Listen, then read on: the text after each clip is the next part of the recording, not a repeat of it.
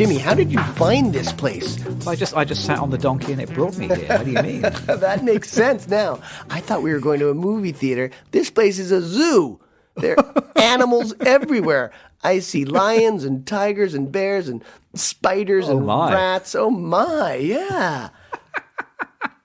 It's been a very animalistic week. I've seen two more donkey films than I've seen in my entire life. I don't know. Maybe Winnie the Pooh probably counts as a donkey film. So I think I've probably seen 3 donkey films in my life, but I watched 2 of them this week. Oh God, yeah. Oh man, we should. While we're waiting for the film, tell you what. Here we go. Come on. I want to play Animal Farm. Have you played this game before? Ooh, no. Animal Farm. Okay, so right,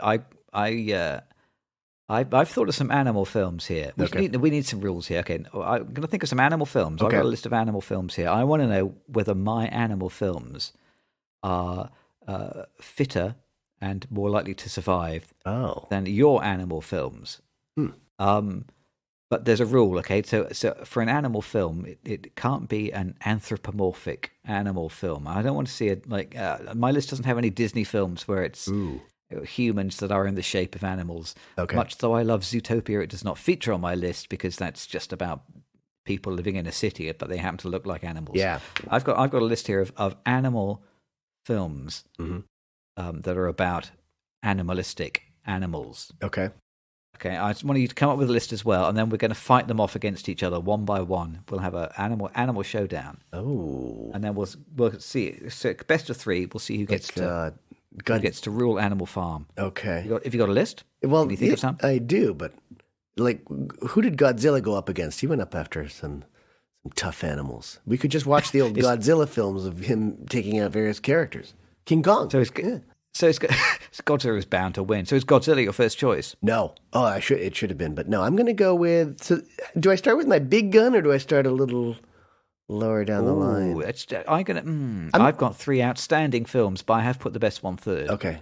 I'm going to softball you then. And I am going to go... I'm going to go Disney. Bambi. Oh, but Bambi was in my long list. Yeah. Why is Bambi a better film? Oh, because I feel like it is sort of an early animal cruelty film. And I just think, it's sad, it's emotional, but it packs that punch. And I just think it's not it's not a comic book movie. I remember taking a class with, I think I mentioned it before, the worst film instructor I ever had.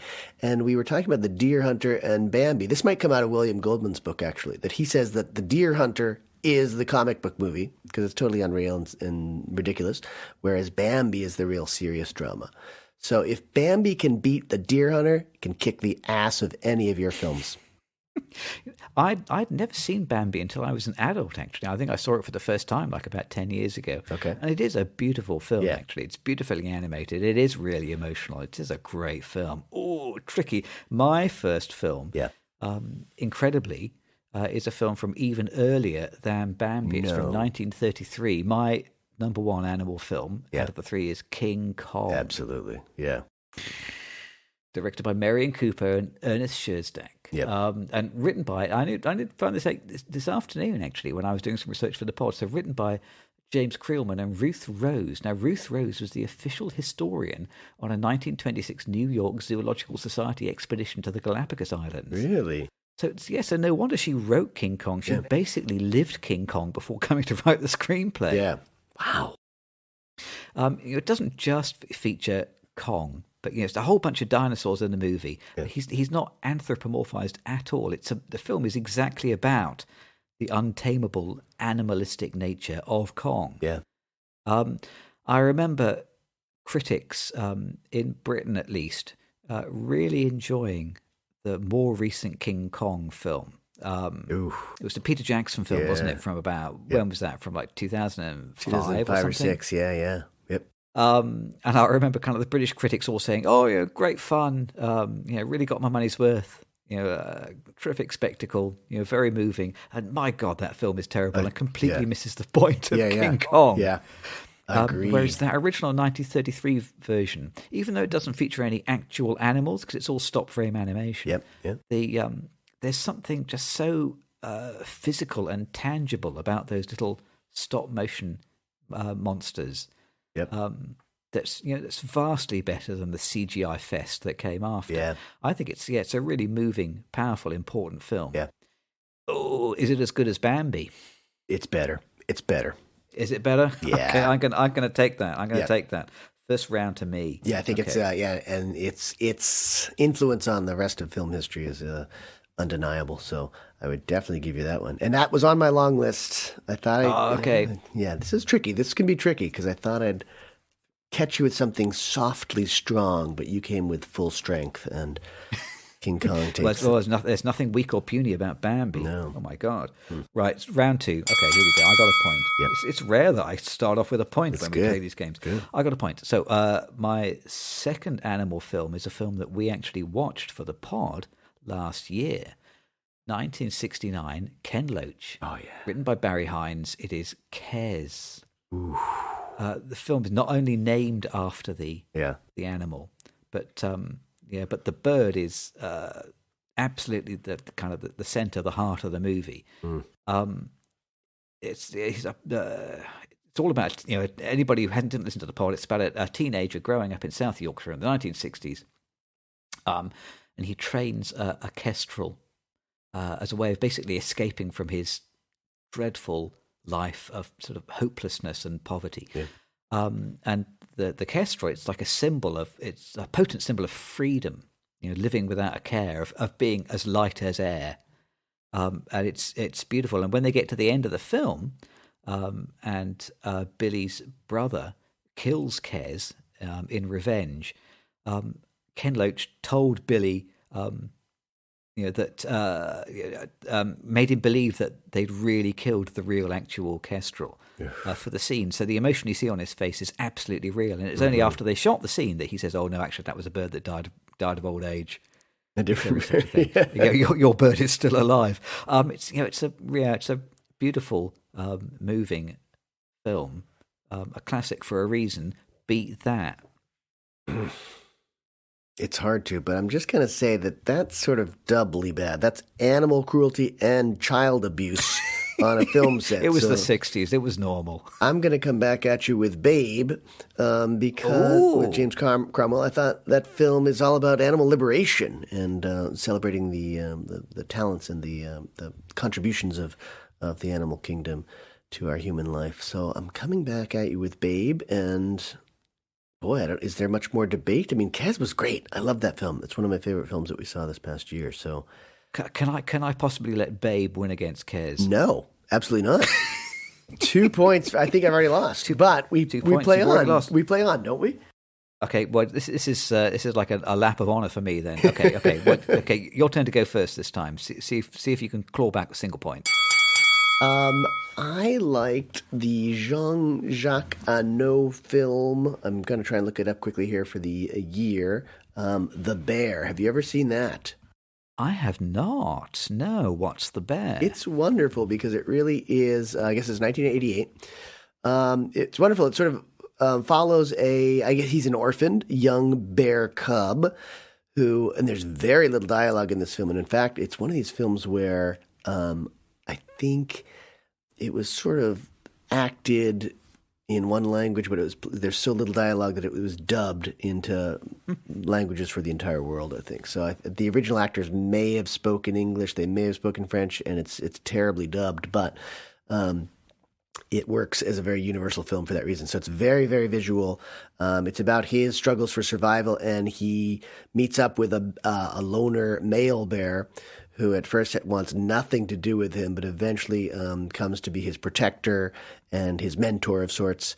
And the entire time they're sort of being chased down by these bear hunters, I guess, looking for their trappers and looking for their skins. And it's just wonderful. And there are a couple of absolutely ridiculous, almost surreal scenes of the bear dreams. So the baby bear at 3 or 4 moments has these wonderful hallucinogenic moments when he's dreaming of his mother and remembering things. And it's a little bit anthropomorphic for sure, but it's so ridiculous that it's lovely. It's just fun. So I'm going to come at you with not just one bear, because there's a big bear too. You got the bear cub who gets bigger as he goes along, and then you get the male bear, the big bear that becomes his mentor, who He kicks butt. So there you go. The Bear. God, difficult to argue with Bear Dreams. Yeah.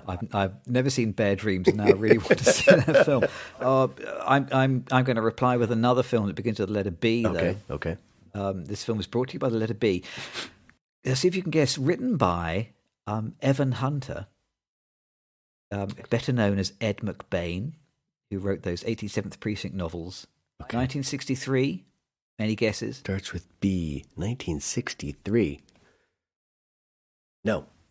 Directed by Hitchcock. Oh. It's The Birds. Oh, The Birds. Yeah, that came up on my list too. Good. Good. Oof. So it's Tippi Hedren and Rod Taylor. Basically, they spent the whole movie on the run. Oh, God. From like a whole bunch from like gulls and then sparrows and then crows. I mean, a whole bunch of just kind of like ordinary birds. And I think the greatest thing about this movie, the most shocking thing about it when I first saw it, because I didn't know what to expect when I saw it.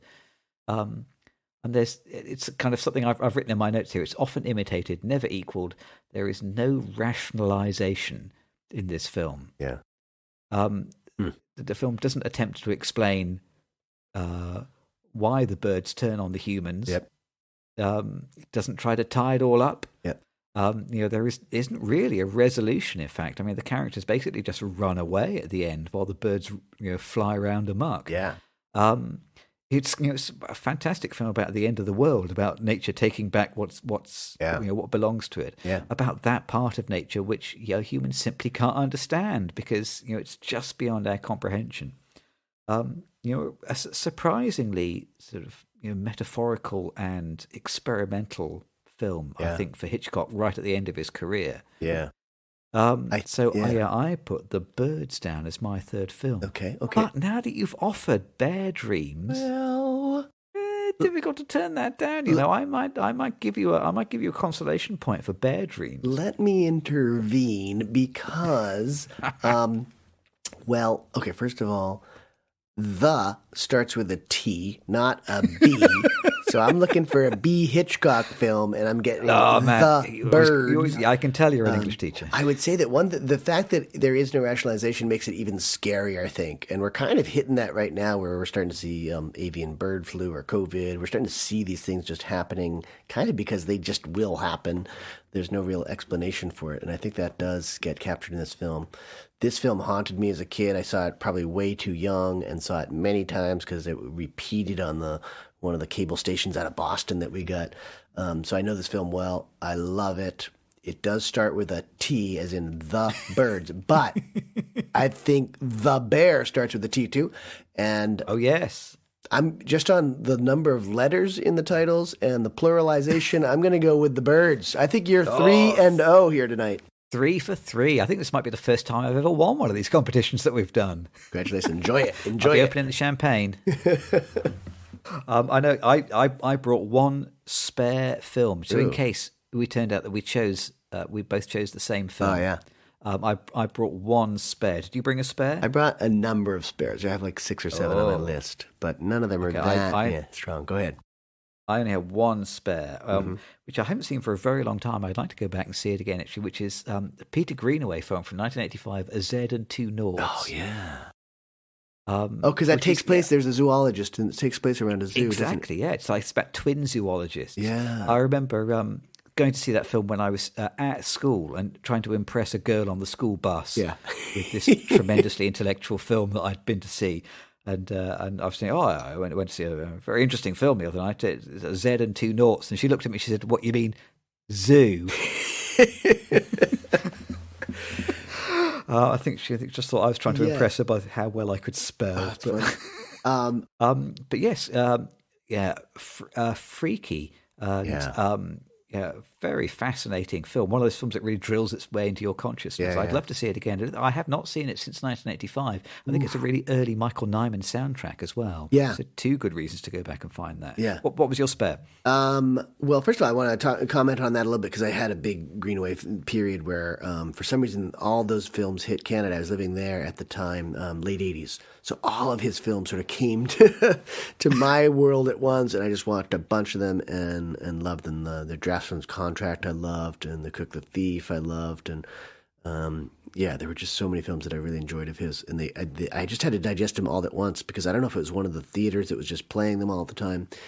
But we don't consider like a 0 or an O a not in North America. I don't think, not even in Canada. So it doesn't. Yeah, it's not that on the nose for the North American audience as a Z and 2 Knots making up Zoo. But I did like that film. Yeah, I would go back and see that.